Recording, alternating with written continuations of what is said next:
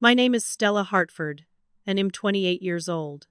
I never thought I'd say this, but Christmas Eve almost became the night I died. I was standing on the front steps of my childhood home, wearing nothing but a thin cardigan, while the thermometer read 14 degrees Fahrenheit. My father had just slammed the door in my face, locked it, and walked away. Through the frosted window, I could see him raise a glass of wine with my stepmother Beverly, her twin daughters laughing like this was some kind of twisted entertainment. My phone was inside, my coat was inside, my car keys were inside. There was nothing but me, the freezing darkness, and the snow that wouldn't stop falling. Then I saw her. A figure emerged from the shadows at the edge of the driveway, walking toward me with slow, deliberate steps. It was my grandmother, Margaret. But my grandmother was dead. I watched them lower her casket into frozen ground in October. Before we dive into what happened that night, I want to know where you're watching from. Drop your location in the comments below. And if you're ready for a story about family betrayal, survival, and justice from beyond the grave, hit that like button and subscribe because you won't believe how this unfolds. Trust me, you need to hear every single word of what comes next. I arrived at the Hartford estate on December 23rd, 3 years after I swore it'd never come back. The mansion sat on 15 acres of Vermont woodland, a Gothic revival monstrosity with 20 rooms, stone turrets, and enough dark history to fill a dozen ghost tours. My grandmother Margaret built a pharmaceutical empire worth $1.2 billion, and this house had been in our family for 4 generations. The driveway stretched a quarter-mile through snow-covered pine trees, and as my beat-up Honda Civic struggled up the hill, I remembered summer days when my mother was still alive, and this place felt like home instead of a mausoleum. My stepmother Beverly had called me 6 times in 2 weeks, insisting I come home for Christmas. Her voice dripped with honey sweetness that never quite reached her eyes, even over the phone. She said my father missed me, that family should be together for the holidays, that it was what my grandmother would have wanted. That last part was the hook that got me. Grandmother Margaret died 3 months ago from what the doctors called an aggressive return of cancer, and I hadn't been there. I was in Boston, working as a social worker with homeless families, living in a studio apartment that cost half my paycheck. I'd left Vermont after a massive fight with my father about the family business, about his new wife, about everything that had gone wrong after my mother's death from cancer 8 years earlier. When I parked in the circular drive, I noticed immediately that something felt wrong. The house looked different. My mother had decorated with warmth and taste, lots of natural wood and soft colors, family photos everywhere. Through the windows, I could see that Beverly had redecorated. Everything was cold, white marble, chrome fixtures, modern art that probably cost more than my annual salary. The family photos were gone. Well, not gone. Replaced. New portraits hung in the entry hall, visible even from outside. Beverly and her twin daughters, Courtney and Quinn, smiling with my father like they'd always been the real family. I took a deep breath, grabbed my single suitcase, and walked to the front door. Beverly opened it before I could knock. She was 52 but looked 40, thanks to what I suspected was a lot of expensive cosmetic work. Her blonde hair was perfectly styled, her cream-colored cashmere sweater probably cost more than my car, and her smile was bright and entirely fake. "Stella, darling, you made it." We were starting to worry. The weather report said the roads might get bad. She air-kissed both my cheeks, her perfume overwhelming, and pulled me inside. The twins appeared at the top of the grand staircase like they'd been waiting for their cue. Courtney wore a designer cocktail dress even though it was only 3 in the afternoon, and Quinn was dripping with jewelry that caught the light from the chandelier. They were 26, 2 years younger than me, and they'd perfected the art of looking friendly while their eyes calculated exactly how much your outfit cost and found you wanting. "Stella, oh my God, you're finally here," Courtney said, descending the stairs with practiced grace. "We've heard so much about you. Love your sweater, it's so vintage." The way she said vintage made it clear she meant old and cheap. Quinn followed, jangling with bracelets. "And your car is adorable. So practical. Very sensible for city living, I'm sure." I forced a smile. I'd forgotten how exhausting it was to be around people who turned every sentence into a subtle insult. Before I could respond, my father appeared at the top of the stairs where the twins had been. Richard Hartford was 58, silver-haired, and used to be the kind of man who commanded a room with warmth and intelligence. The man looking down at me was different, thinner, older, with eyes that held something cold I didn't recognize. He nodded once. "Stella, good. You're here." That was it. No hug, no smile, just an acknowledgement like I was a package that had been delivered. Then he turned and walked away. Dinner that night was torture. We sat in the formal dining room at a table that could seat 20, the 5 of us clustered at one end like strangers at a bad wedding reception. Beverly dominated the conversation, talking endlessly about Courtney's engagement to a senator's son and Quinn's new lifestyle brand that was absolutely blowing up on social media. Every accomplishment was punctuated with a glance in my direction, a little smile that said, "See what successful daughters look like." I picked at my salmon, tried to make conversation about my work, and watched it die in the air like smoke. "Social work," Beverly said, her tone suggesting I'd announced I cleaned sewers for a living. "Such noble work, dear, though it doesn't pay much, does it? I always think it's wonderful when people choose passion over, well, financial security." My father said nothing, just drank his whiskey and stared at his plate like the china pattern held the secrets of the universe. After dinner, I walked through the house, looking for traces of my mother, of my grandmother, of the family this used to be. They were gone. Every single photograph of my mother had been removed. The portrait of my grandmother that used to hang over the fireplace was replaced with a modern abstract painting that looked like someone had thrown paint at a canvas and called it art. In the hallway, where 4 generations of Hartford family photos used to create a visual timeline, there were now generic landscapes. It was like Beverly had taken an eraser to our history and drawn herself into every blank space. I found one photo, small and forgotten, on a shelf in the library. It was my mother and grandmother together, laughing at something outside the frame. I tucked it into my pocket before anyone could see. That night, I lay in the guest room they'd assigned me, the one in the isolated east wing, and listened to the wind howl against the windows. This wasn't my old bedroom. That room, Beverly explained with her plastic smile, had been converted into a home gym for the twins. The guest room was freezing despite the expensive renovations, and I piled extra blankets on the bed, wondering what I'd gotten myself into by coming back. I thought about my grandmother, about the last time I saw her. She'd been in hospice, weak and skeletal, but her mind was sharp as ever. She'd grabbed my hand with surprising strength and made me promise something. "Don't let them destroy what I built," She'd whispered. At the time, I thought she meant the company, her legacy of ethical pharmaceuticals and fair pricing. Now, lying in the dark, I wondered if She'd meant something else entirely. The next morning, Christmas Eve day, started with an unexpected visitor. I came downstairs to find a silver-haired man in an expensive suit, standing in the foyer with a leather briefcase. Beverly looked like She'd swallowed a lemon, and my father's face was tight with tension. Courtney and Quinn stood on the stairs, whispering to each other. The man turned to me and smiled with genuine warmth. "Miss Hartford, I'm Harrison Cole, your grandmother's attorney. I'm glad you're here. Your grandmother left specific instructions that what I'm about to share must be done on Christmas Eve, with all family members present." Beverly's voice was ice wrapped in silk. "Harrison, as I told you on the phone, this really isn't necessary. The will was read months ago. Everyone knows what Margaret wanted." Harrison's smile didn't waver, but his eyes were steel. "The primary will, yes. But Mrs. Hartford added a final addendum 1 week before her death. It was to be sealed until today. We gathered in the library, the room where my grandmother used to read to me when I was little, where she taught me about business and ethics and fighting for what's right. Now it felt like a courtroom." Harrison opened his briefcase and pulled out a document with my grandmother's signature at the bottom.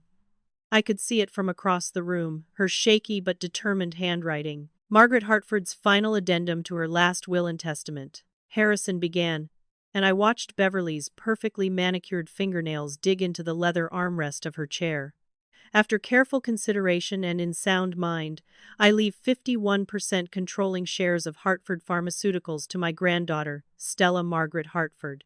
The room exploded. Quinn actually screamed, a high-pitched shriek like someone had stabbed her. Courtney threw the crystal water glass she'd been holding against the wall, where it shattered into 1,000 pieces. Beverly's face went through a fascinating transformation, from shock to rage to calculation to a mask of concern, all in about 3 seconds. My father just stared at his whiskey like it might have answers.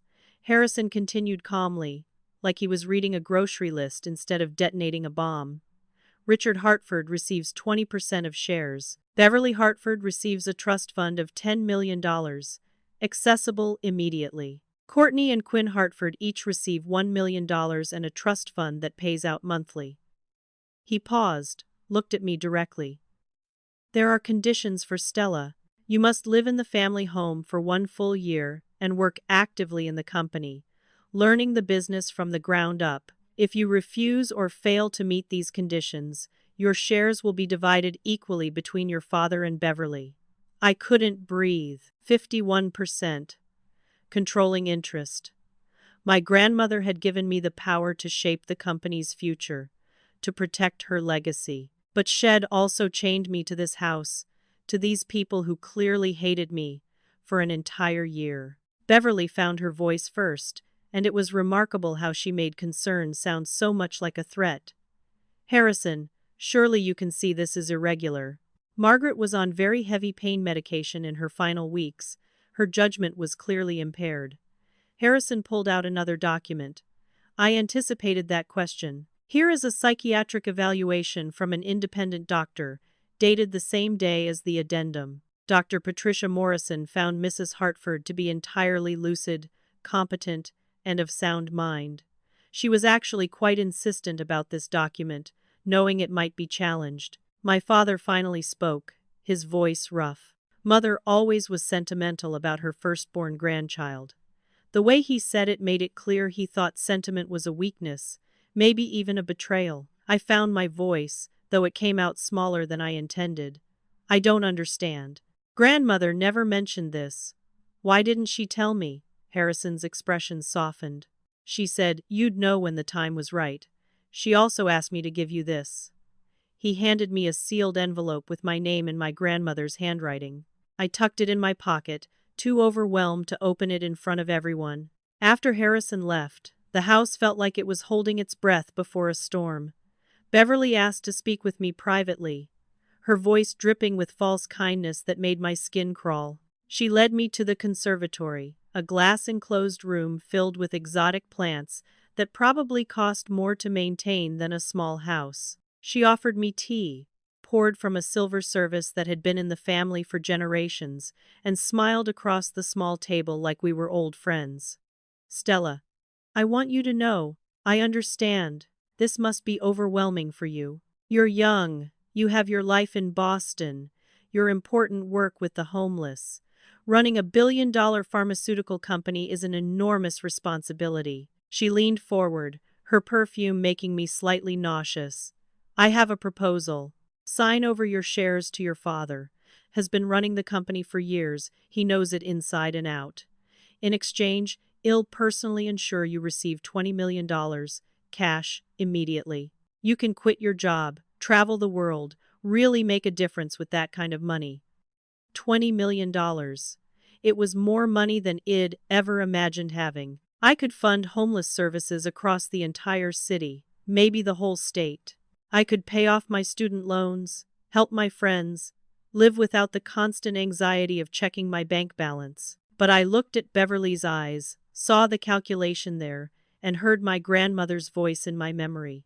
Don't let them destroy what I built. I need to think about it, I said carefully. Beverly's smile froze, just for a second, and I saw something dangerous flash in her eyes before she covered it. Of course, dear. Take your time. Though I should mention, the company is at a critical juncture. Some decisions really shouldn't wait. It wasn't quite a threat, but it wasn't not a threat either. I excused myself, went back to my freezing guest room, and finally opened my grandmother's letter. Her handwriting was shaky but readable, and just seeing it made my eyes burn with tears I'd been holding back for months. My dearest Stella, if you're reading this, I'm gone and you know about the will. I'm sorry I couldn't tell you in person, but Beverly watches everything, controls everything around your father now. I had to be careful. You need to know the truth about her, about what she's done, about what she's still doing. I don't have much time left, and am too weak to fight her anymore. But you're strong, stronger than you know. There's evidence, hidden away where she can't find it. Safety deposit box 847 at First National Bank. The key is inside the blue music box in my bedroom, the one that plays Moonlight Sonata. Everything you need is there. I love you, my darling girl. Protect what we built, not just the company but the values behind it. Don't let her win. I read it 3 times, trying to understand. Evidence of what? What had Beverly done? I didn't have long to wonder. That afternoon, my laptop disappeared from my room. When I asked about it, Beverly expressed concern. Oh dear, are you sure you didn't leave it somewhere? You've seemed so distracted since you arrived. The housekeeper found it 3 hours later in the kitchen, accidentally knocked behind the refrigerator. The screen cracked and the hard drive corrupted beyond repair. That evening, I went to my grandmother's old room, now Beverly's master suite, to look for the blue music box. The door was locked. Oh, I'm having the room deep cleaned, Beverly said sweetly when I asked. So many memories to sort through. I'll let you know when it's ready. I tried the library instead, thinking I could research the company, understand what I was inheriting. All of my grandmother's business files were gone, moved to storage, Beverly explained. We needed the space. Every avenue I tried to understand the situation was mysteriously blocked. That night at dinner, Beverly called what she termed a family meeting, though notably, I wasn't invited. I heard her voice from behind the closed dining room door as I passed. That lawyer today, showing up without warning. It's clear Stella manipulated Margaret in her final days. A young woman working with the elderly. She'd know exactly how to prey on confusion and medication-induced vulnerability. My father's voice, uncertain. Beverly, that's a serious accusation. Her response, smooth as poison. I'm not accusing, darling. I'm stating facts. Think about it. Stella left 3 years ago, barely visited, then suddenly shows up in Margaret's final weeks? And now she conveniently inherits controlling interest? The timing is suspicious. Courtney's voice, eager. Mom's right. Plus, she admitted to me she's been planning this for years. Said grandmother always liked her best. I'd said no such thing, but apparently truth was optional in this house. By the time I went to bed, my phone was buzzing with text messages from unknown numbers. Leave while you still can. You don't belong here. Accidents happen to people who don't know their place. I blocked them, but more kept coming from different numbers. I barely slept, jumping at every sound, wondering if I'd made a terrible mistake by coming here. But in the darkness, I thought about my grandmother, about how she'd built something meaningful and ethical in an industry known for price gouging and putting profits over patience. If she trusted me with this responsibility, if she thought I could protect her legacy, then I owed it to her to try. I just had no idea how dangerous that decision would turn out to be. The morning of Christmas Eve, Beverly announced there would be a charity gala that evening. Just a small gathering, she said over breakfast, which in Beverly speak meant at least 200 people. Vermont's finest families, raising money for children's hospitals. Your grandmother started this tradition, and I've continued it in her honor. She smiled at me across the table. I'm sure you're excited to reconnect with everyone. They're all so eager to see you again. What she didn't tell me was that it was black tie formal. I found out at 4 in the afternoon when the catering staff started arriving, and I asked someone what the dress code was. The event was in 3 hours, and I'd brought exactly one dressy outfit. A simple navy sheath dress, appropriate for a nice dinner, but absolutely not for a formal gala. I called a local dress shop, but they were closing early for Christmas Eve. I checked online for delivery, but nothing could get here in time. I was trapped, and Beverly knew it. When I came downstairs at 7, the mansion was transformed. Crystal chandeliers blazed with light. Flower arrangements that probably cost thousands of dollars decorated every surface, and a string quartet played in the corner of the grand ballroom that had been opened up for the first time since my mother's funeral. And everyone, every single person, was in formal evening wear. Women in designer gowns and glittering jewelry, men in tuxedos and expensive watches. I stood at the top of the stairs in my simple navy dress and bare arms, feeling like I'd shown up to a wedding in jeans. Beverly spotted me immediately, and her face lit up with false concern. "Oh, Stella, darling. Didn't you get my message about the dress code? I could have sworn I told you." Her voice carried across the room, and 200 faces turned to look at me. "I'm so sorry, everyone. My stepdaughter must have misunderstood. Stella, dear, you look lovely anyway. Very casual chic." The way she said casual made it sound like an insult, and the whispers started immediately. I descended the stairs, my face burning, feeling every eye judging me, finding me lacking. Quinn and Courtney stood near the champagne fountain in matching designer gowns that probably cost more than I made in 6 months, barely containing their laughter. Beverly had prepared more than just public humiliation. She'd been busy spreading poison. As I moved through the crowd, trying to smile and make small talk, I kept overhearing fragments of conversation that stopped abruptly when people noticed me listening. Manipulated the poor woman in her final days. Haven't seen her in years. Then suddenly she's the primary heir. I heard she threatened to put Margaret in a terrible nursing home if she didn't change the will. The lies were everywhere, spreading through the party like a virus. And Beverly was the patient zero, moving from group to group with her concerned face and her carefully worded insinuations. She never quite accused me directly, which would have given me something to fight against. Instead, she planted seeds of doubt and let other people draw their own conclusions. The worst part was watching people I'd known my whole life look at me with suspicion and disgust. Mrs. Eleanor Richardson, who used to babysit me, turned away when I tried to say hello. My 10th grade English teacher pretended not to see me. Even our family doctor, who'd known my grandmother for 30 years, gave me a cold nod and found an excuse to walk away. I felt completely alone in a room full of people, which I suspect was exactly Beverly's goal. Then she made her speech. Beverly stood on the small stage where the quartet had been playing, microphone in hand, looking elegant and emotional. "I want to thank you all for coming tonight and supporting this cause that was so dear to Margaret's heart. Family is everything, isn't it? The bonds we share, the trust we build, the way we care for each other in good times and bad." Her voice caught, just slightly, perfectly timed. Sometimes family means accepting people despite their flaws. Sometimes it means loving people even when they've hurt you deeply. And sometimes it means protecting vulnerable family members from those who might take advantage. The room was silent, hanging on every word. I won't name names, of course.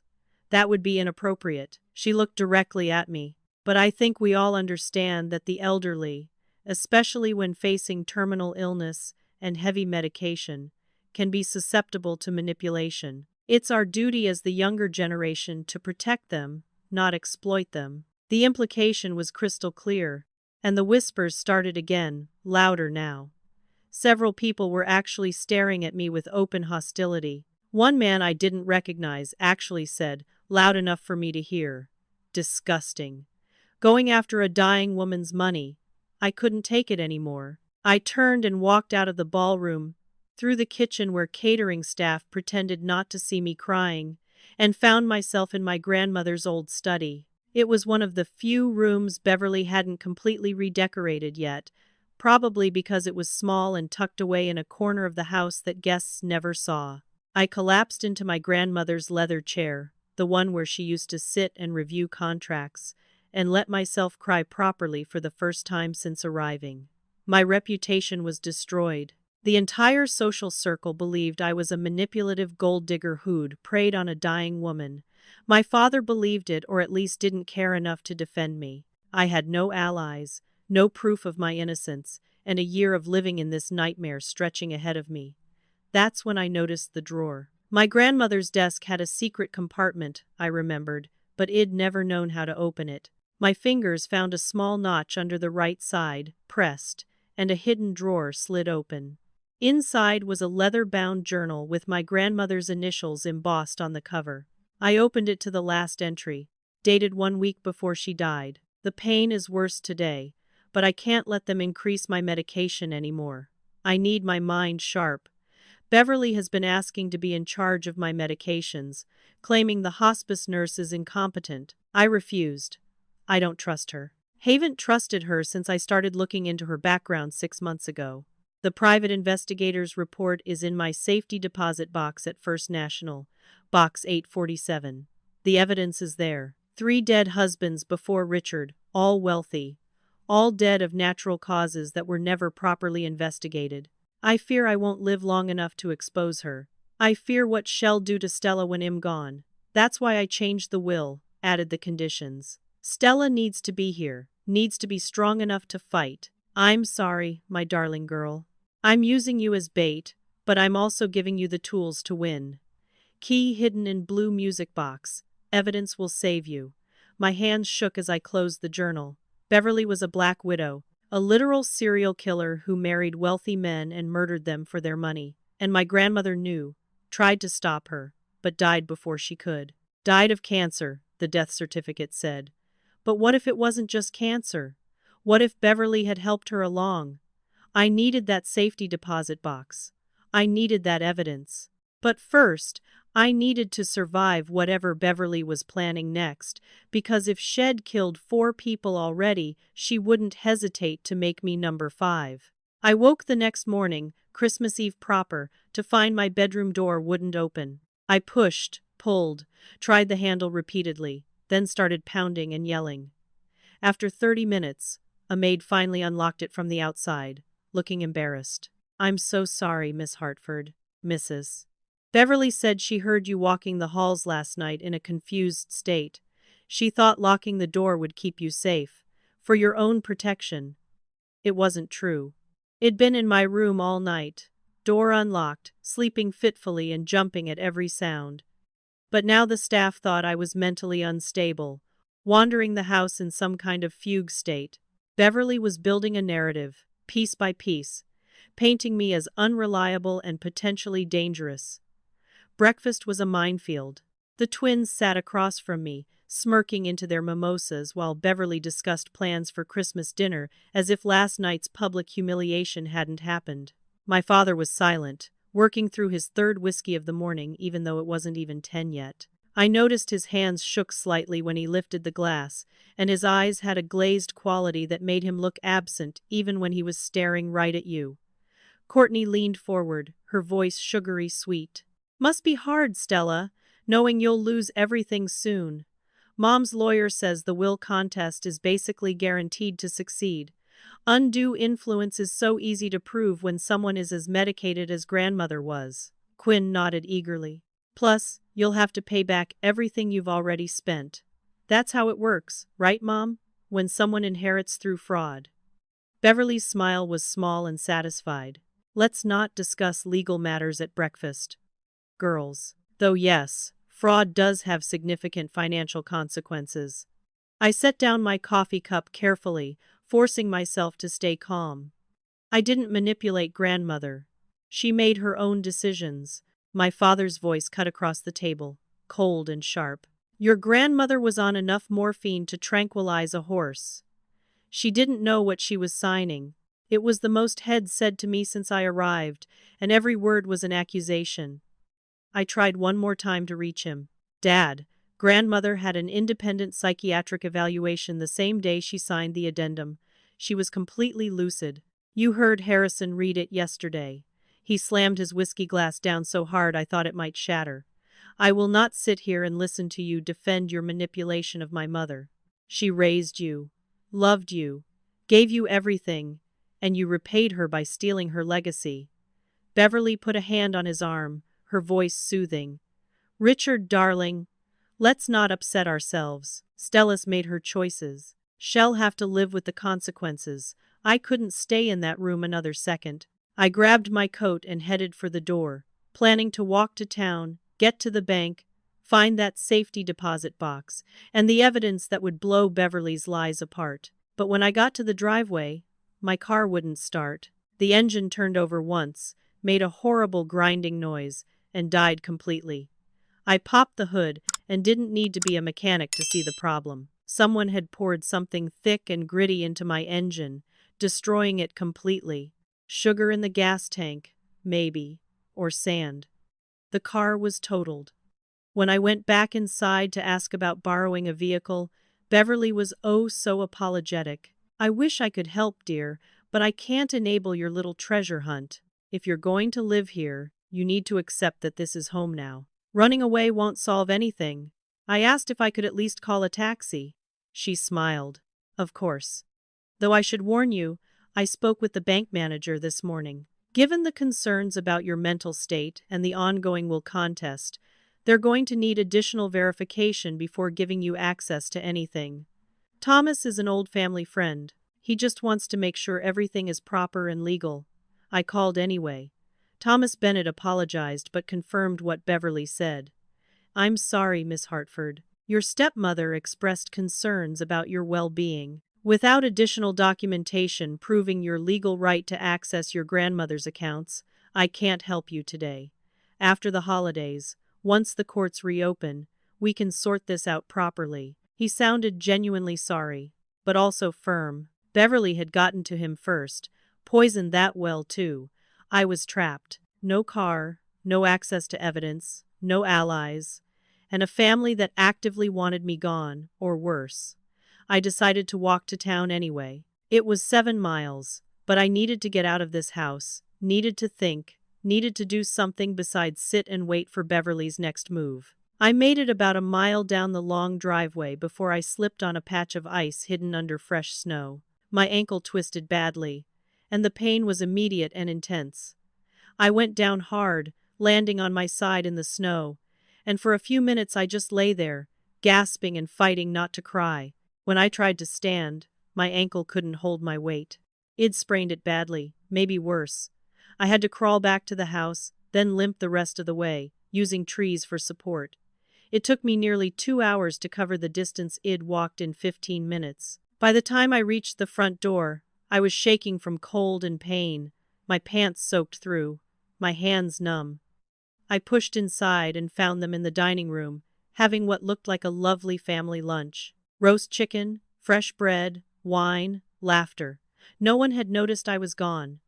No one had come looking.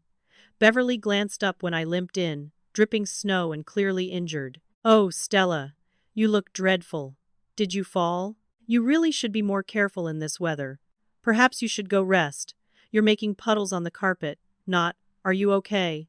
Not, let me help you. Not even basic human concern, just irritation about the wet carpet. I limped upstairs, ran a hot bath, and sat in the water until it went cold, trying to process what was happening. Beverly was escalating. First, public humiliation to destroy my reputation. Then, sabotaging my access to evidence. Now, she was physically isolating me, making it impossible for me to leave or fight back. She'd cut off every avenue of escape or resistance, and she'd done it so carefully that she could claim innocence at every step. Concerned stepmother trying to help an unstable young woman. That was the story she was selling, and everyone was buying it. That afternoon, my father announced he was officially supporting Beverly's legal challenge to the will. He did it over tea in the living room, with Beverly sitting beside him looking supportive and sad.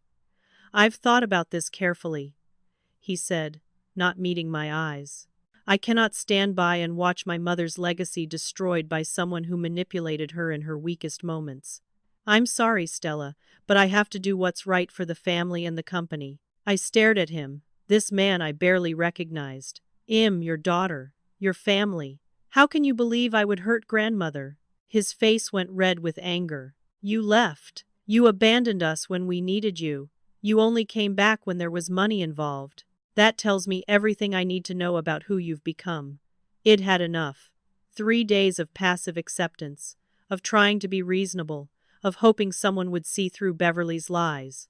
It ended now. You're all liars. I said, my voice shaking with rage and hurt. Grandmother saw through Beverly. That's why she protected her shares from this gold-digging manipulator who married you for your money and has been poisoning your mind ever since. Beverly gasped dramatically, her hand flying to her chest. Courtney and Quinn, who'd been listening from the doorway, rushed in like they'd been waiting for this moment. How dare you speak to our mother that way? Courtney spat. Quinn pulled out her phone, started recording. This is crazy. You're literally crazy. My father stood, his face purple with fury. Get out of my sight. Go to your room and stay there until you can behave like a civilized human being. I went, but not because he ordered me to. I went because I needed space to think, to plan, to figure out how to survive until I could get that evidence and expose Beverly for what she really was. But Beverly wasn't done yet. Around 5 in the evening, she knocked on my door, all fake sweetness again. Stella, I know we've had our disagreements, but I want to help you. I really do. I need you to run a small errand for me. We're having a special Christmas Eve dinner tonight, just family, and I need a particular vintage of wine from the cellar house. Would you mind terribly? The cellar house was a separate building, about 50 yards from the main mansion, used for wine storage and old furniture we didn't have room for in the main house. I was suspicious, but I also thought maybe if I cooperated, showed I wasn't the unstable monster they were painting me as, it might help. I was wrong. I took the key, bundled up in my coat, and walked through the deepening snow to the cellar house. The temperature had dropped significantly, and the weather report on my phone said it would hit 14 degrees Fahrenheit by midnight. Inside the cellar, I searched the wine racks for the specific bottle Beverly had described. A Bordeaux from some year that meant nothing to me. I heard the door slam behind me and turned just in time to see it click shut. I ran to it, tried the handle, locked from the outside. I pounded on the door, screamed for help, but the cellar house was far enough from the main building that no one could hear me over the wind. The windows were small and high, designed to keep the space cool and dark for wine storage. I couldn't fit through them even if I broke the glass. Hours passed. The temperature in the cellar dropped steadily as the sun set and the Vermont winter settled in for the night. I found some old moth-eaten blankets and wrapped myself in them. But they weren't enough. I could see my breath in the air, white clouds that got thicker as the night got colder. I tried my phone, but there was no signal in the stone building. I screamed until my voice gave out, pounded on the door until my hands were bruised, and finally sat in the corner, shaking and terrified, realizing that Beverly had set me up. This wasn't an errand. This was an attempt to get rid of me, make it look like an accident, let me freeze to death in the cellar on Christmas Eve. I don't know how long I sat there before desperation gave me strength I didn't know I had. I found an old metal pipe in a corner, part of some disassembled furniture, and used it to attack the door lock. I hammered at it, pried at it, broke off pieces of the mechanism until finally, the door pushed open a few inches. There was a chain on the outside, locked, but I could see through the gap.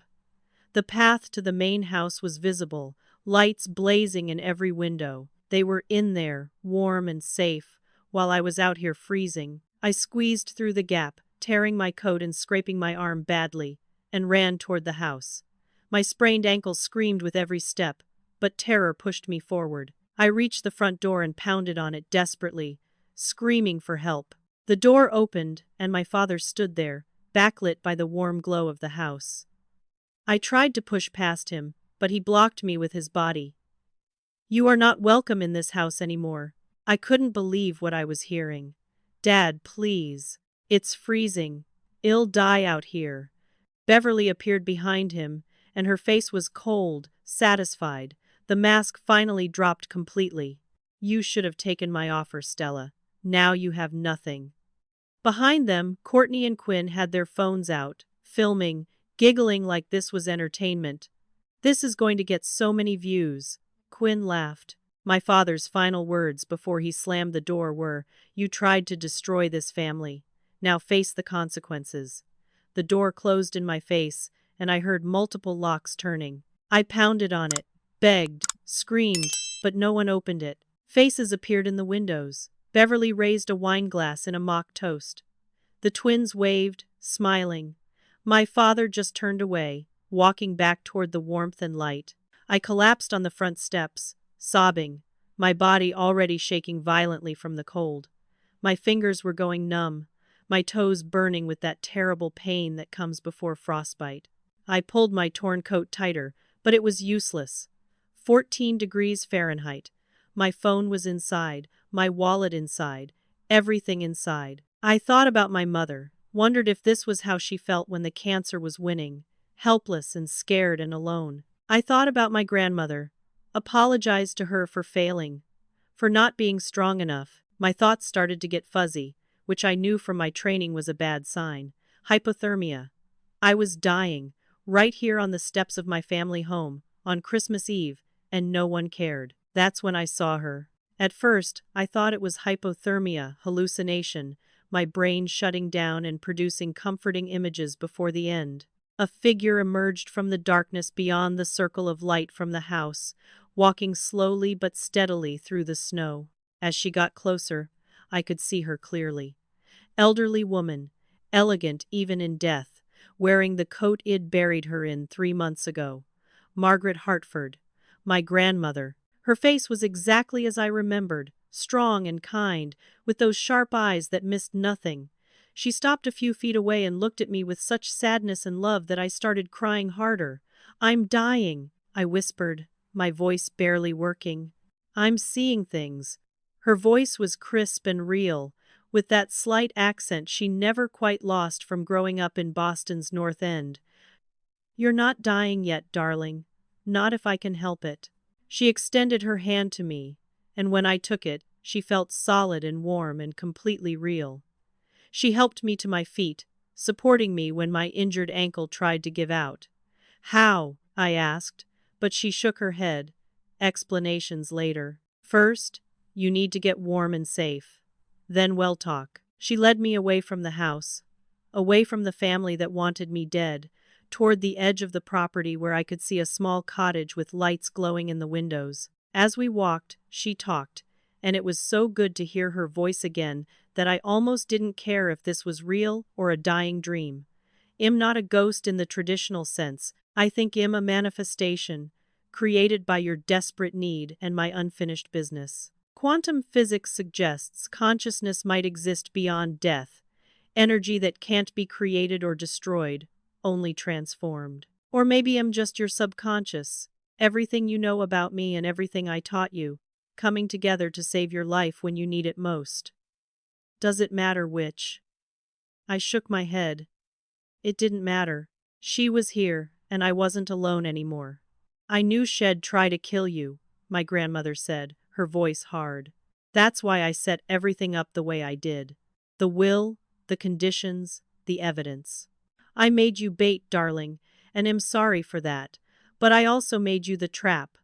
Beverly is about to make a mistake, and when she does, she'll destroy herself." We reached the cottage, and my grandmother knocked. The door opened immediately, revealing an elderly man with weathered features and kind eyes. Henry Walsh, the groundskeeper who'd worked for my grandmother for 40 years. He took one look at me and pulled me inside quickly. "Miss Stella." "Dear God, come in." I knew something like this would happen. My grandmother turned to me one last time before she started to fade.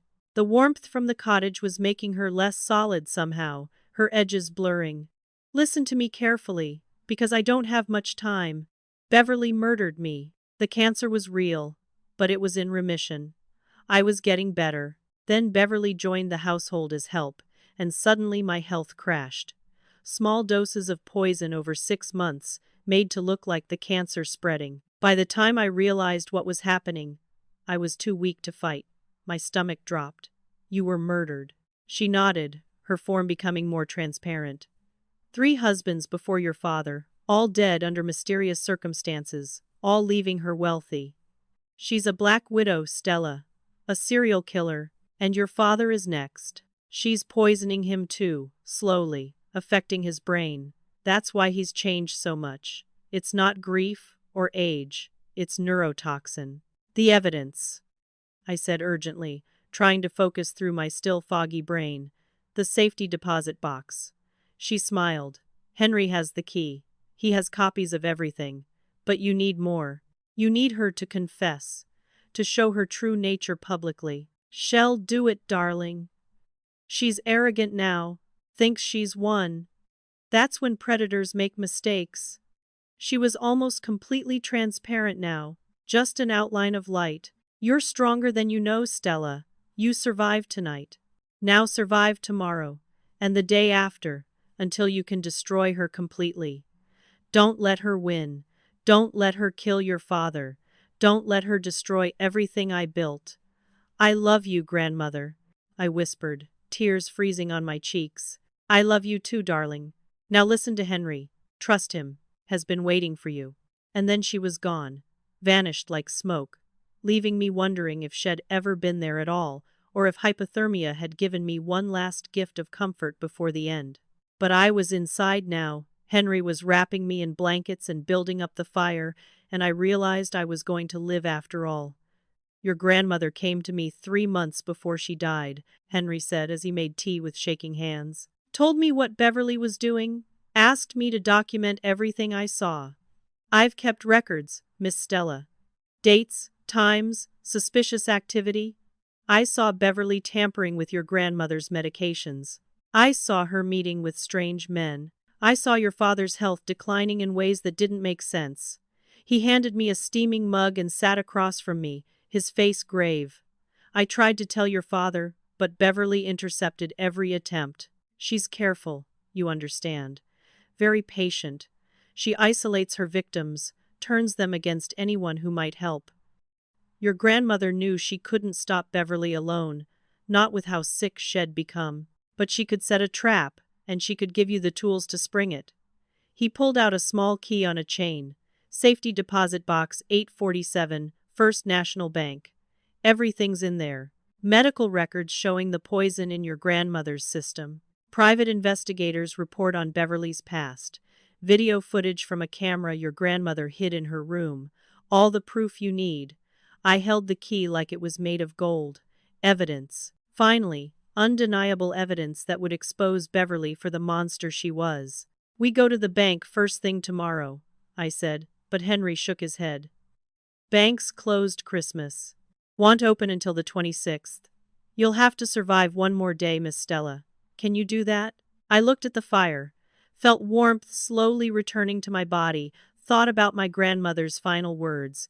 You're stronger than you know. Yes, I said, and meant it. I can survive one more day. And then I'm going to destroy her. I spent Christmas night in Henry's cottage, sleeping fitfully and waking every few hours, convinced Beverly would burst through the door. But Henry sat up all night in a chair by the door. And when I woke for good at dawn, he had coffee ready and was on the phone with someone. She's safe. Yes.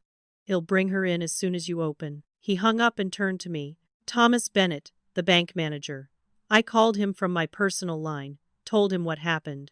Hez meeting us at the bank at 10, even though it's Christmas. Hez bringing his lawyer friend too. We drove into town in Henry's old pickup truck, and I kept looking behind us, convinced Beverly would somehow stop us. But the roads were quiet, most of Vermont still asleep or opening presents with family. Family. The word felt bitter now. Thomas met us at the bank's back entrance, dressed in jeans and a Christmas sweater, looking worried. Miss Hartford, I'm so sorry. Beverly called me yesterday, said such convincing things, and I didn't question it. I should have. I shook my head. She's very good at what she does. That's why we need the evidence. He led us to the vault, opened safety deposit box 847, and pulled out a thick folder and a USB drive. The folder contained documents that made my blood run cold. Medical records from 3 different doctors my grandmother had seen without Beverly's knowledge, all showing elevated levels of a specific neurotoxin in her bloodstream. Toxicology reports that proved the poisoning. Then the private investigator's dossier on Beverly. Her real name was Beverly Ann Morrison, and she'd been married 4 times before my father. First husband, Charles Sutton, died of sudden heart failure at age 58, left her $2 million. Second husband, Marcus Harrington, died of mysterious neurological disease at 62, left her $5 million. third husband, William Cross, died of progressive organ failure at 65, left her $8 million. Each death investigated, each time ruled natural causes, but the pattern was clear once you knew to look for it. The USB drive was worse. I plugged it into Thomas' computer and watched footage from a hidden camera in my grandmother's bedroom. Beverly entering with tea, my grandmother's nightly cup. Beverly pulling a small vial from her pocket, crushing something into powder, stirring it into the tea. My grandmother drinking it, trusting, while Beverly smiled and talked about how she was praying for her recovery. Multiple videos over several weeks, each one showing the same thing. Premeditated, calculated murder, all caught on camera. "This is enough to arrest her," Thomas said quietly. "But I think you need more than just law enforcement. You need to protect your father and get control of this situation before she can do more damage." That's when his lawyer friend arrived, a sharp-eyed woman in her 60s named Judith Marsh who specialized in elder abuse and estate fraud. She reviewed the evidence with professional detachment, but I saw her hands clench when she watched the videos. "This is one of the worst cases I've ever seen," she said. "Serial murder spanning 20 years, multiple victims, sophisticated method. We need to contact state police immediately, bypass local law enforcement in case she has connections there." She pulled out her phone and made a call, speaking in low, urgent tones. "Detective Marcus Reeves is coming. Hes with the State Police Major Crimes Unit. Hell, take this seriously." While we waited, Judith helped me understand the legal situation. The will contest is meaningless now. Once Beverly is arrested, her claim evaporates. "But we need to think about your father. The medical evidence suggests he's been poisoned too, which means he wasn't in his right mind when he supported Beverly's legal challenge. We can argue he was manipulated while under the influence of neurotoxins." She pulled out more documents from the folder. "Your grandmother was thorough. She had Henry take your father to a doctor 3 weeks ago, without Beverly's knowledge. The results are here." I read the medical report with growing horror. Elevated heavy metal levels in my father's blood.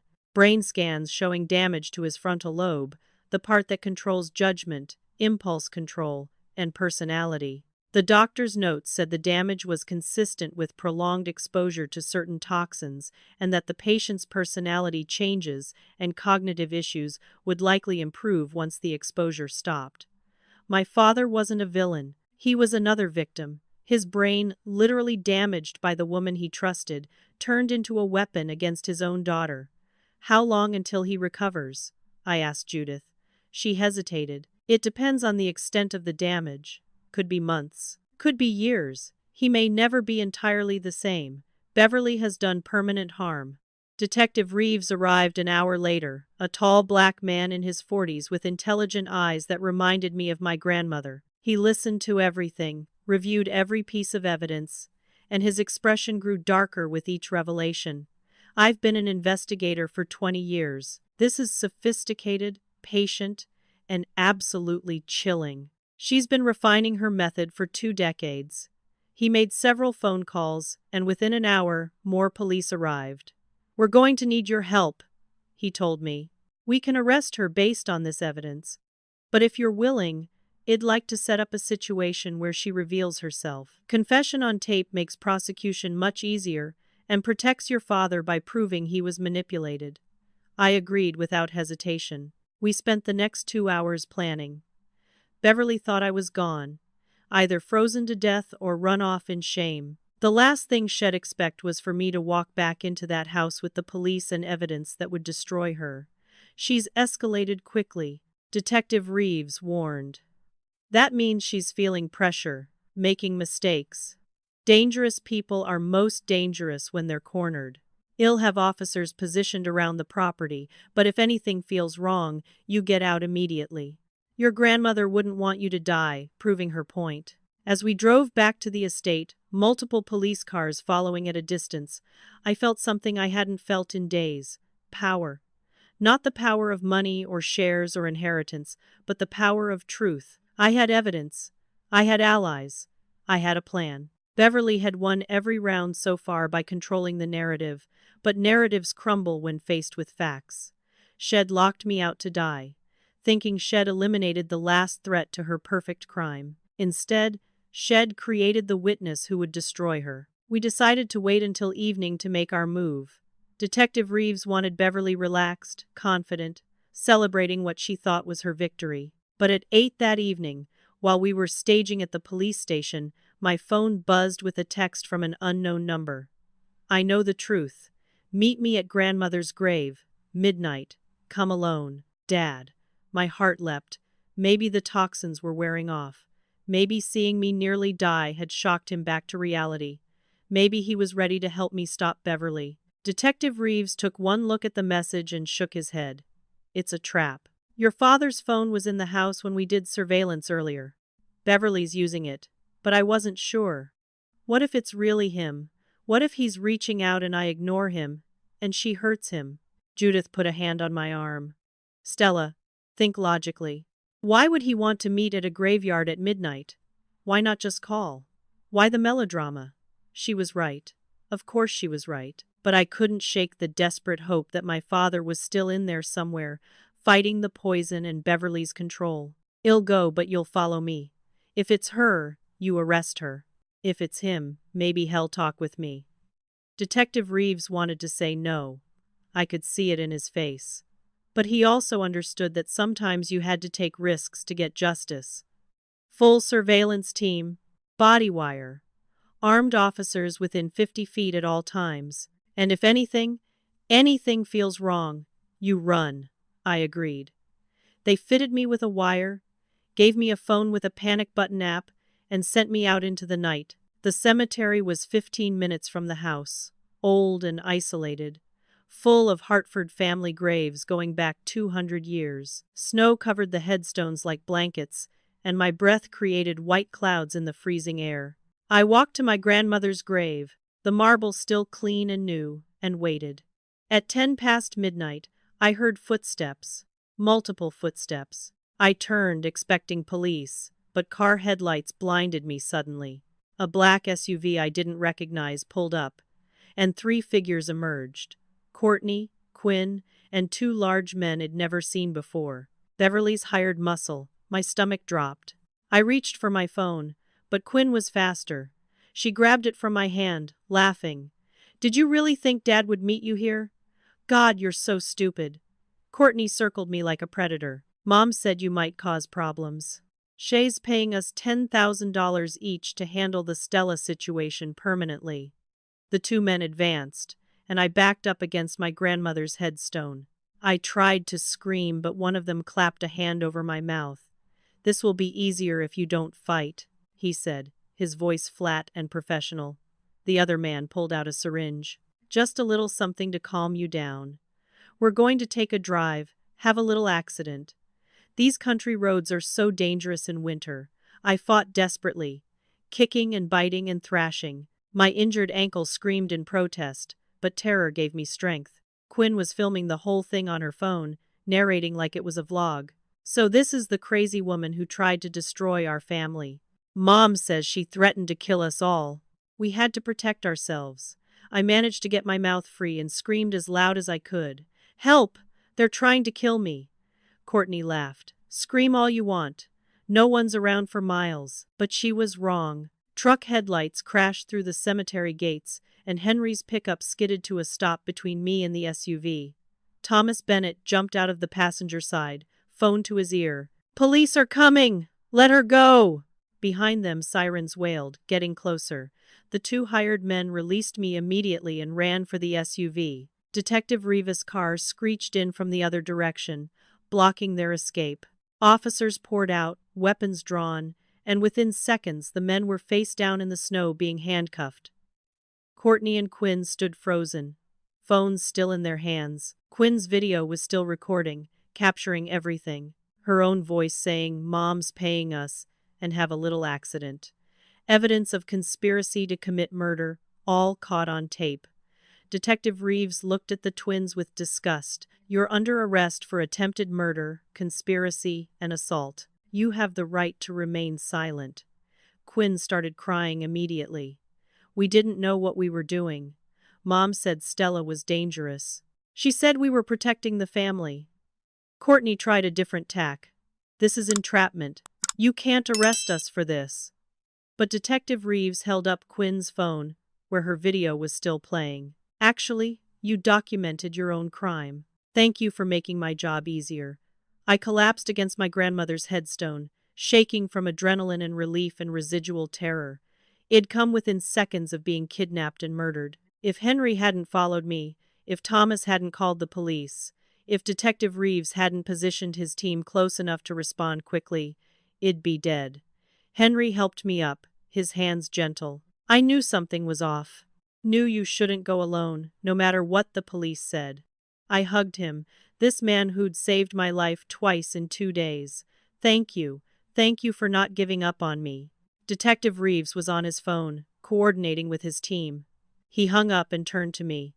We're moving on the house now. Beverly doesn't know this happened yet. She thinks her plan is working. We're going to catch her in the act. We drove in convoy, police cars and Henry's truck and me squeezed in the back of Detective Reeves' sedan. My heart pounded as we approached the estate. Lights blazed in every window. Through the glass, I could see movement. Beverly in the living room, my father seated on the couch, her standing over him with something in her hand, a glass. She was giving him something to drink. Go, go, go. Detective Reeves commanded, and police officers rushed the house from 3 directions. I followed, staying behind the officers like it'd been instructed. They crashed through the front door, weapons drawn, shouting for everyone to freeze. Beverly spun around, the glass still in her hand, her face cycling through, surprise to fury to calculation. My father looked confused, disoriented, like he didn't understand why police were suddenly in his living room. Detective Reeves held up his badge. Beverly Hartford. You're under arrest for the murder of Margaret Hartford and the attempted murders of Richard Hartford and Stella Hartford. Beverly's mask finally, completely shattered. Her face transformed into something cold and reptilian, all the fake warmth and concern stripped away. You can't prove anything. I've been nothing but supportive of this broken family. But Detective Reeves was already reading her rights, while officers searched the house. They found her hidden cabinet within minutes, full of bottles and vials and pills that would take a pharmacy to catalog. They found her laptop with searches for lethal doses and untraceable poisons. They found documentation of bank accounts in the Cayman Islands where she'd been transferring money. They found everything because she'd been so confident, so sure she'd won, that she'd stopped being careful. My father watched all of this with growing horror. Detective Reeves sat beside him, showing him medical evidence of his own poisoning, explaining gently how the toxins had affected his brain. Mr. Hartford, you're a victim too. The things you said and did to your daughter weren't entirely your fault. Your judgment was impaired by chemicals this woman gave you systematically. My father's face crumpled. He looked at Beverly, then at me, then back at Beverly. You killed my mother, he whispered. You tried to kill Stella. You've been poisoning me. Beverly laughed, and it was a terrible sound. You were all so easy to manipulate. Margaret was weak. You're weak. Stella is weak. I deserved everything I took. I earned it, dealing with your pathetic family. It was a full confession, and Detective Reeves' body camera caught every word. Officers led Beverly away in handcuffs, still spitting venom about how she'd almost won, how we'd all regret crossing her. My father sat on the couch, crying, and I didn't know what to do. Part of me wanted to comfort him. Part of me wanted to scream at him for locking me outside to die. In the end, I just sat down a few feet away, close enough to acknowledge him but not close enough to touch. I'm so sorry, he said, his voice broken. I remember everything I did, every terrible thing I said. I locked you out to die, Stella. I chose her over you without even hesitating. I know, I said quietly. The medical evidence explains why your judgment was impaired, but it doesn't make what happened hurt less. He nodded, tears streaming down his face. I understand if you never forgive me. I don't deserve forgiveness. But I need you to know that somewhere under the poison, I was still fighting. Somewhere inside, I knew something was terribly wrong. I just couldn't break free. We sat in silence, 2 broken people in a house full of ghosts, while police collected evidence and Henry made tea in the kitchen like it was just another night. Maybe healing was possible. Maybe with time and therapy and a lot of hard work, we could rebuild some version of a father-daughter relationship. But it would never be what it was. Some things, once broken, never fit together quite the same way again. Beverly was charged with enough crimes to ensure she'd die in prison. 2 counts of first-degree murder for my grandmother and one of her previous husbands, who they exhumed for new toxicology testing. Attempted murder of my father and me. Fraud, conspiracy, theft. The investigation uncovered evidence of 2 additional victims before her recorded marriages, bringing her total body count to 5. The media had a field day. Black Widow of Vermont was the headline in every newspaper. My family's tragedy became national news, our pain dissected for entertainment. I stopped reading the articles after the first few. I didn't need strangers' opinions on my trauma. Courtney and Quinn took plea deals in exchange for testimony against their mother. 3 years probation, community service, and permanent criminal records. The prosecutor believed they were manipulated tools rather than true accomplices, spoiled and cruel but not murderers. I wasn't sure I agreed, but I also understood they were victims of Beverly too in their own way. She'd raised them to be shallow and vicious, taught them that other people existed only to be used. That was its own kind of abuse, even if it looked different from poison and isolation. They both wrote me apology letters as part of their plea agreements. I never opened them. Some apologies come too late to matter. The company board meeting finally happened 2 weeks into January. I walked into the conference room in my grandmother's office, wearing her favorite blazer that Henry had saved for me, and took my seat at the head of the table. 51% controlling interest. My father attended but didn't speak, still undergoing treatment for the toxin damage and therapy for the trauma. The board members looked at me with uncertainty. I was 28.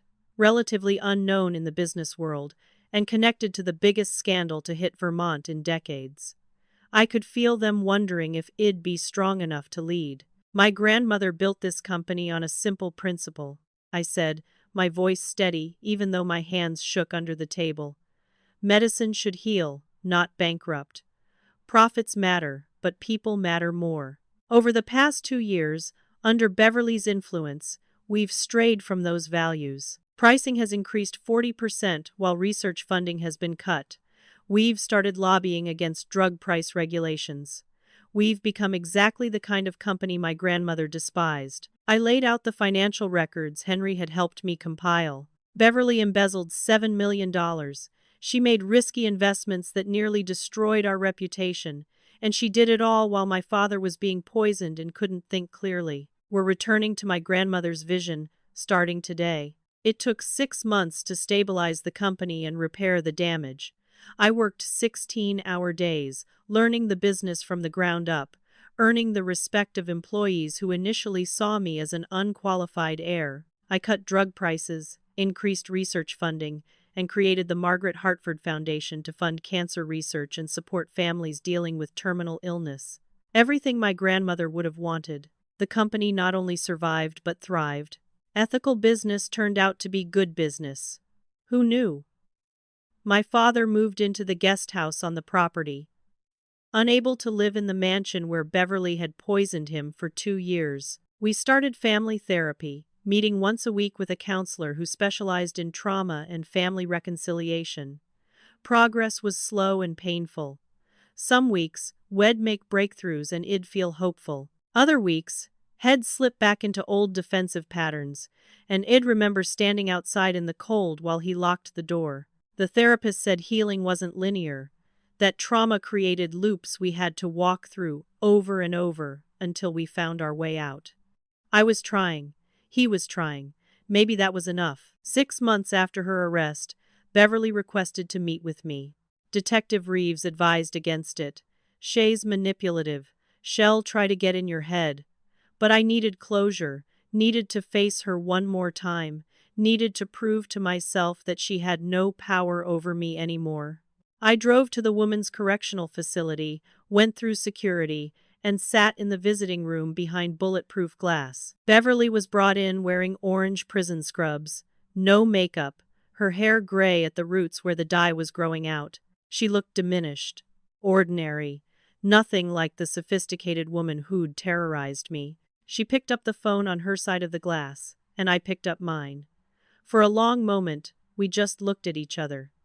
Then she smiled, and I saw a flash of the old Beverly, calculating and cold. I wanted to see if you'd come, wanted to see if I still had power over you. I kept my voice level. You have no power anymore. You're going to die in prison. She laughed bitterly. I almost won, you know. I was so close. Another week and your father would have been dead. You'd have been discredited or eliminated. And I'd have had everything. Why? I asked, genuinely curious. Why do this? 5 husbands, 5 murders, all for money you didn't even need after the first one. Beverly leaned forward, her eyes intense. Because I could. Because they were weak and stupid and they deserved what they got. Do you know how exhausting it is to be charming every single moment? To pretend to care about boring conversations and stupid family traditions?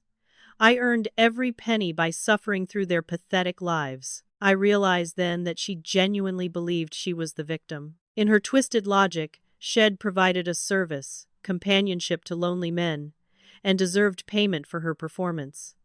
The fact that the payment required murder was just an unfortunate necessity. Did you ever feel anything real? I asked. For my father, for your daughters, for anyone. She considered the question. I loved winning. I loved being the smartest person in the room. I loved watching people believe my lies and never suspect the truth. But people themselves? No. You're all just means to ends. Resources to be used or obstacles to be removed. I pitied her despite everything.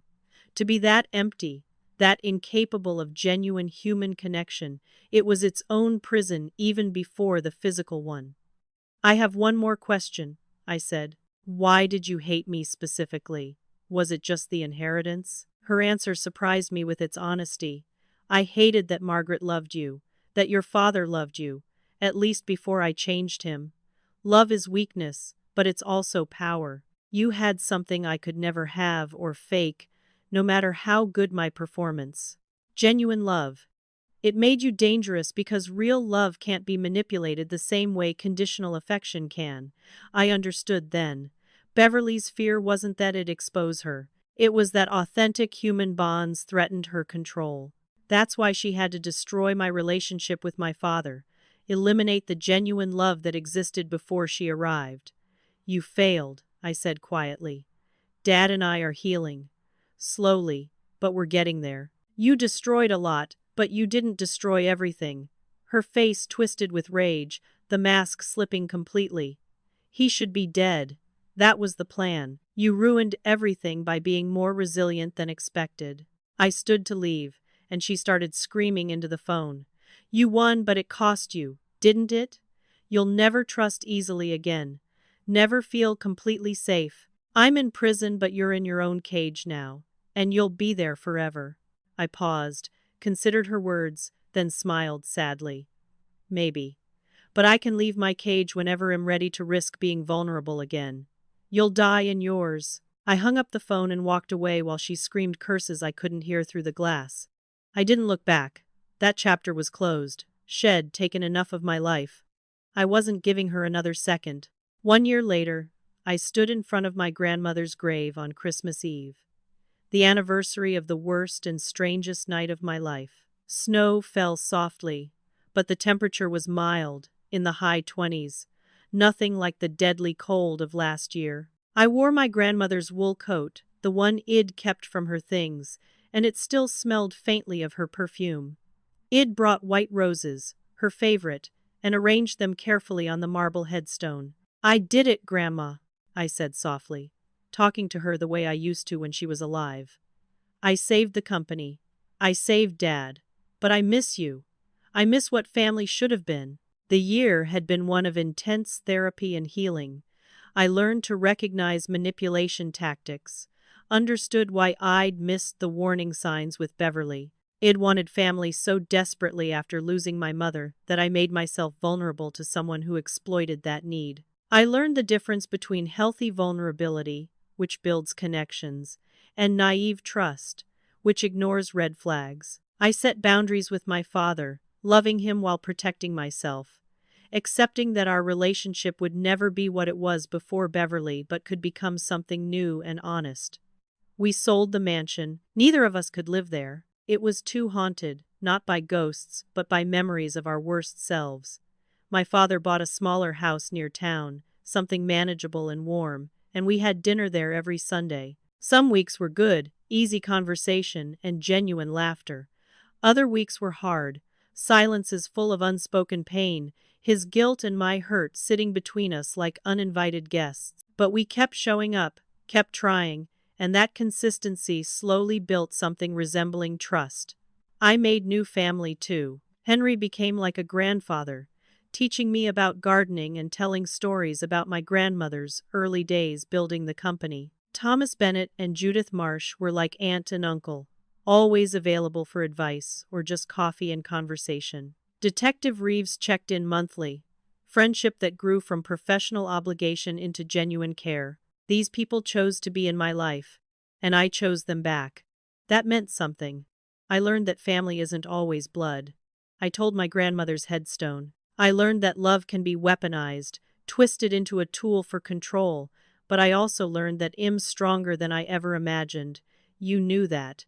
You believed in me when I didn't believe in myself. The hardest lessons were about myself. I learned I could survive unimaginable betrayal. Being locked outside to freeze while my family watched changed me fundamentally. I have nightmares still. Wake up gasping and cold, feeling phantom ice in my lungs. I have panic attacks when the temperature drops below 20 degrees. I'm hypervigilant around new people, analyzing their words for hidden meanings, watching for signs of manipulation. Therapy helps, but some wounds remain tender. My therapist says trauma leaves scars, and that's okay. Scars are evidence of survival, proof that we healed even if we didn't heal perfectly. I'm learning to be patient with myself, to accept that recovering from betrayal and attempted murder takes time. Some days I feel strong and confident, other days I feel broken and scared. Both are valid. Both are part of my truth now. Thank you for the evidence, I said to the grave. Thank you for setting the trap, even though it put me in danger.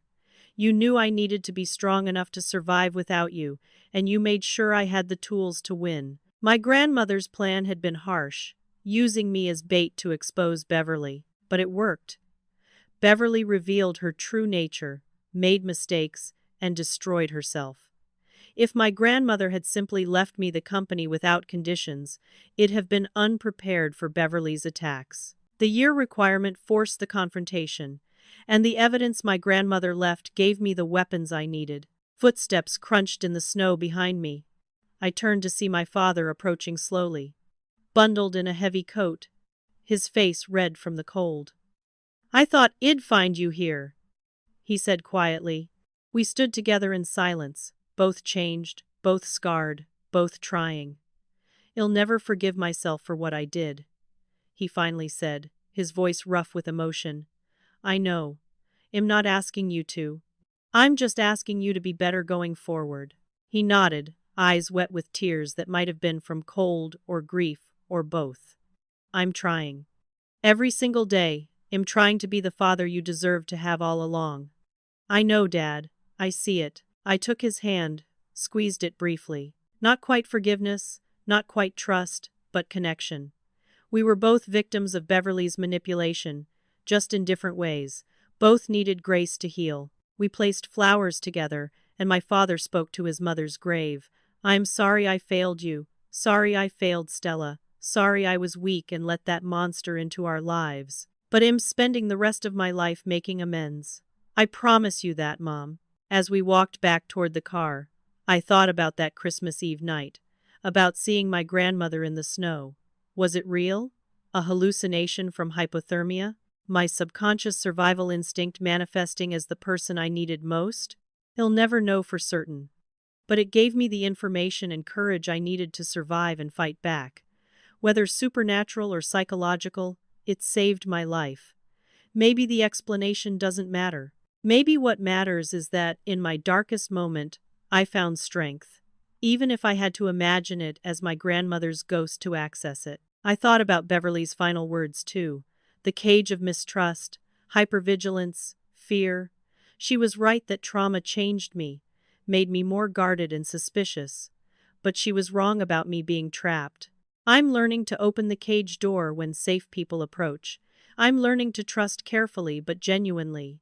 It's not the naive trust of before, and I'll probably never be as open and vulnerable as I was at 25. But maybe that innocence needed to die for wiser, stronger trust to grow in its place. Surviving doesn't mean you're unchanged, I thought as we drove away from the cemetery. It means you're changed but still alive, still fighting, still growing. I rebuilt my life from the frozen ruins of that Christmas Eve. The company thrives under my leadership. My relationship with my father is healing slowly. Justice was served. It's not perfect. And I'm not pain-free. But it's real. It's mine. It's enough. As darkness fell, I looked back one more time at the cemetery. For just a moment, I thought I saw a figure standing by my grandmother's grave. An elderly woman in an elegant coat raising her hand in farewell. I blinked, and she was gone. Maybe real, maybe not. Either way, I received the message loud and clear. Keep living, keep fighting, keep growing, keep honoring what she built, not just the company but the values of integrity and resilience she tried to teach me. Tonight, I'd celebrate Christmas with people who truly love me. Small gathering at my apartment in town, nothing fancy. Henry and his wife, Thomas and Judith, Detective Reeves and his family. Even my father, nervous but grateful to be included. Not the family I was born into, but the family I built from ashes and choice and shared experience. Sometimes that's the strongest family of all. The one constructed deliberately from people who choose each other without obligation or blood ties to force the connection. My father glanced at me as we drove. You okay? I considered the question honestly. Was I okay? I had nightmares and anxiety. I had trust issues and hypervigilance. I had scars visible and invisible. But I also had purpose and people who cared about me authentically. I had a company doing good work. I had a relationship with my father that was broken but mending. I had survived attempted murder and come out the other side, not just alive but strong. Yeah, Dad. I said, and meant it. I actually am. Christmas music played on the radio, cheerful and familiar. Lights twinkled on houses as we passed. Families visible through windows, celebrating in their own ways. My phone buzzed with messages from Henry asking what time to arrive, from Judith saying she was bringing her famous cookies, from Detective Reeves confirming his kids could come too. Real connections, real love, no manipulation, no conditions, just humans choosing to care about each other because they wanted to, not because they had to. I smiled, genuinely, for the first time in what felt like forever. We drove toward my apartment, toward warmth and laughter and chosen family. Toward healing that would take years but had finally, truly begun. Toward whatever came next, which I'd face, not with naive optimism but with hard-earned wisdom and strength I'd forged in the coldest darkness. I'd survived. More than that, I'd won. And my grandmother, wherever she was, whatever form consciousness takes after death, would be proud. So tell me, have you ever felt betrayed by someone you trusted completely? Have you ever had to rebuild yourself after everything fell apart? Drop your story in the comments below because you're not alone, and your survival matters just as much as mine. If this story resonated with you, hit that like button and subscribe for more true stories about resilience, justice, and refusing to let the worst moments define us. Share this with someone who needs to hear that they can survive their own frozen wilderness, whatever form it takes. Thank you for listening to my story, and I hope your Christmas is filled with genuine love and chosen family. Stay strong, stay aware, and never let anyone convince you that you deserve to be left out in the cold. You deserve warmth, safety, and people who would never lock the door on you. Merry Christmas, everyone.